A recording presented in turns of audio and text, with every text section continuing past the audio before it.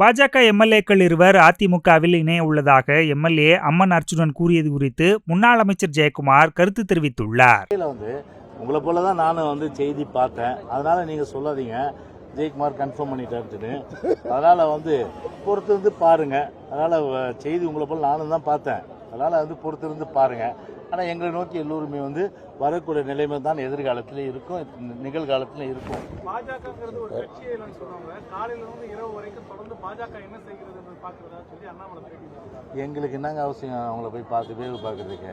அவர் தாங்க வேவு பார்க்குற வேலையை பார்த்துன்னு இருக்காரு. அவர் போலீஸ்காரன் புத்தி போகுமாது வேவு பார்க்குற வேலையை அவர் தான் அண்ணாமலை தான் செஞ்சுட்டு இருக்காரு.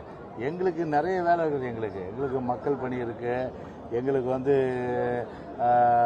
இது எதிர்கட்சியினுடைய தோலை உரிக்கின்ற இப்போ கூட பாருங்கள், இது சாதிக்கு இல்லையா 2000 கோடி ரூபாய்க்கு இது போதைப்பொருள் கடத்தி 2000 கோடி டெல்லியில் மாட்டியிருக்கு.